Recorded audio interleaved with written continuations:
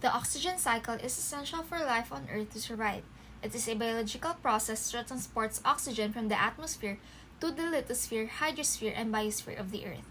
This biogeochemical cycle explains how oxygen gas moves within and across ecosystems, implying that the oxygen and carbon cycles are linked. Oxygen atoms circulate throughout the ecosystem and biosphere just like other elements. Despite its presence in the atmosphere, oceans, rocks, and all living things, the element's availability on Earth is limited.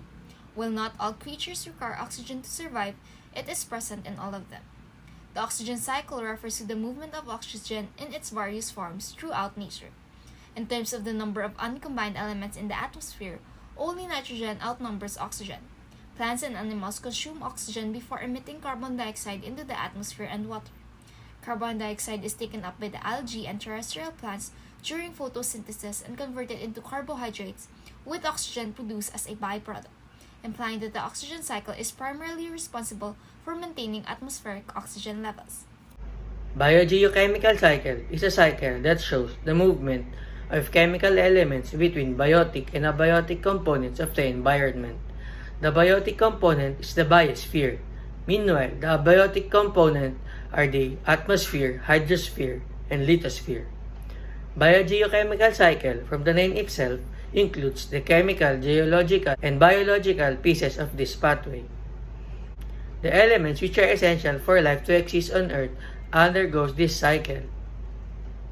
They can be remembered as CHNOPS or SHNOPS, which stands for carbon, hydrogen, nitrogen, oxygen, phosphorus, and sulfur. All of these elements are vital for our survival and is the reason why living organisms exist. Carbon is found on every organic micromolecules. It is essential to life and is considered as a building block of life, as it is present on every molecule on the body. Hydrogen is an element that is present on all the fluid of the human body, which allow the toxic and waste to be transported out of the body. It is also the building block of water, which is essential for us living organisms.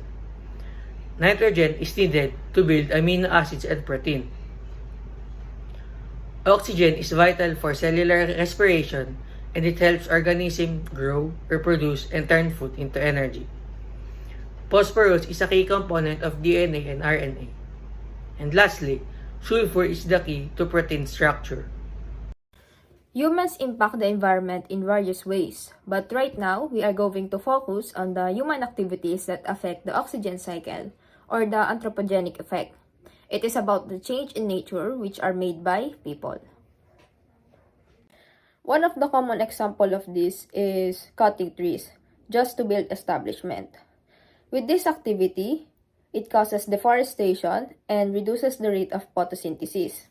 With this, carbon dioxide accumulates and increases in the atmosphere, while the level of oxygen decreases, to which this results in the disturbing of oxygen cycle. Another human activity is fossil fuel combustion, wherein humans burn oil, natural gas, and coal in order to produce energy. When fossil fuels are burned, they release large amounts of carbon dioxide, a greenhouse gas, into the air. Greenhouse gas trap heat in our atmosphere, causing global warming. This is caused by industrial processes, use of electricity, transportation, and many more. Furthermore, some of the anthropogenic effect is also seen in agricultural activities, mining, from factories and industries. Invasive species is an organism that is not native to a given location. By disturbing biodiversity, vegetation cover, and displacing native flora and fauna, invasive alien species have both positive and negative impacts on human health and to the quality of the environment. Invasive species are considered to be one of the major drivers of biodiversity loss and thereby altering the ecosystem services and socioeconomic conditions through different mechanisms. The invasive emerald ash borer is an example of invasive species that has negative effects to the oxygen cycle. This led to the destruction of millions of ash trees, and ash trees are most known as the trees that helps in sinking air pollution.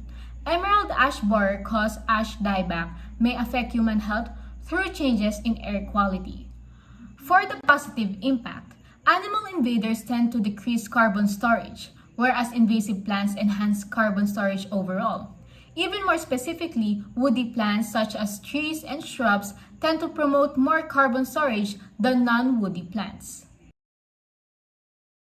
The most straightforward physical and functional unit of heredity is a gene. And epigenetics is the study of genetic changes in gene expression that do not require changes in DNA sequences. Even though all body cells contain the same genes, the structural and functional differences across cell types are dictated by gene expression patterns that results in various protein sets.